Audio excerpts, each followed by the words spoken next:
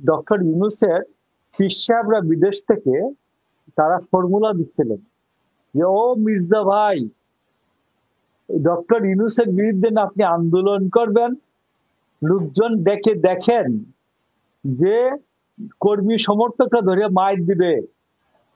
তো ইশরাক যখন প্রমাণ করে দিল বিএনপির মির্জা ফখরুল লাগে না, অন্য কেউই লাগে না, এক ইশরাক সমর্থকরাই Hare road, Bailey road, Minto road পুরাটা অচল করে দিয়েছে, মৎস্য ভবন অঞ্চল পুরাটা অচল করে দিয়েছে। ডক্টর ইউনূস সম্পর্কে সবাই আন্দোলন সংগ্রামের মানসিকভাবে প্রস্তুত থাকলে একটা জেনুইন নির্বাচন হবে। আর না হলে ডক্টর ইউনূস কোন নির্বাচন দিবেন না। আগামী 8ই আগস্টের আগে বাংলাদেশে দেখবেন খুন খারাপি হয়ে একটা বিতিকিচ্ছিরি অবস্থা হবে। গত 77 বছরে বাংলা এই অঞ্চলের পূর্ব বাংলা, পূর্ব পাকিস্তান, বাংলাদেশ এই অঞ্চলের কোন রাষ্ট্রের প্রধান নির্বাহী মানে সরকার প্রধান কোন প্রধান বিচারপতিকে দেখে পাঠান না। ডক্টর ইউনূস এই নিয়মটি 77 বছরের নিয়মটি ভঙ্গ করেছেন। আমাদের 77 বছরের যে রীতিনীতি কাস্টমস ছিল এটাকে তিনি ভঙ্গ করেছেন। জিজ্ঞেস করেন যে সরকার বনাম অমুক, রাষ্ট্র বনাম অমুক, প্রতিদিন প্রধান বিচারপতির সামনে মামলা থাকে। আপনি জিজ্ঞেস করেন যে কোনোদিন কোন প্রধানমন্ত্রী বা প্রধান উপদেষ্টার সাথে প্রধান বিচারপতির এইভাবে সাক্ষাৎ হয়েছে কিনা। ডক্টর ইউনূস যেভাবে তার বাড়িতে ডেকে পাঠালেন। গত 54 বছরে প্রধান নির্বাচন কমিশনার শেখ মুজিবকে যে ফ্যাসিস্ট বলেন, শেখ মুজিবও প্রধানমন্ত্রী হিসাবে প্রধান নির্বাচন কমিশনারকে কখনো ডেকে পাঠান নাই। কোন প্রধানমন্ত্রী বাংলাদেশের ডেকে পাঠান নাই। ডক্টর ইউনূস প্রধান বিচারপতিকে ডেকে পাঠিয়েছেন তার সাথে কথা বলার জন্য।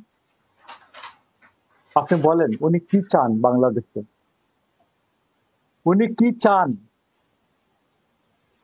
তো এই জন্য আমি আপনাকে বলতেছি যে ডক্টর ইউনূসকে নিয়ে আমি মনে করি যে বাংলাদেশ একটা মহা বিপদে আছে।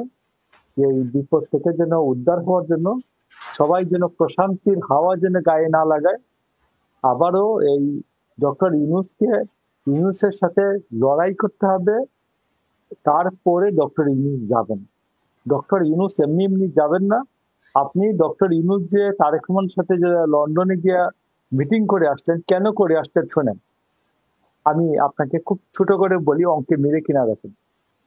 এখানে ডক্টর ইউনূসের পীর সাহেবরা বিদেশ থেকে তারা ফর্মুলা দিচ্ছিলেন যে ও মির্জা ভাই, ডক্টর ইউনূসের বিরুদ্ধে না আপনি আন্দোলন করবেন, লোকজন দেখেন যে কর্মী সমর্থকরা ধরে মাইর দিবে।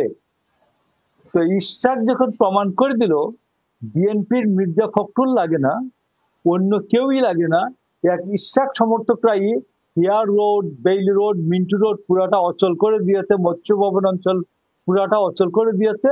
তখন তিনি মেসেজ পেলেন যে বিএনপি তো লাগে না, ইশরাকের সমর্থক গোষ্ঠী তো আমাকে অচল করে দিতে চায়।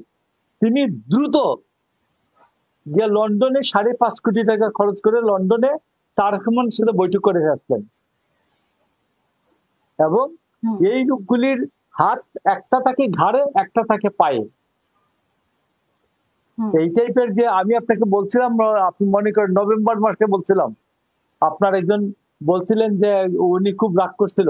আমি বলছিলাম যে এই লোকগুলি ভদ্রলোক, এরা মানুষ ভালো না।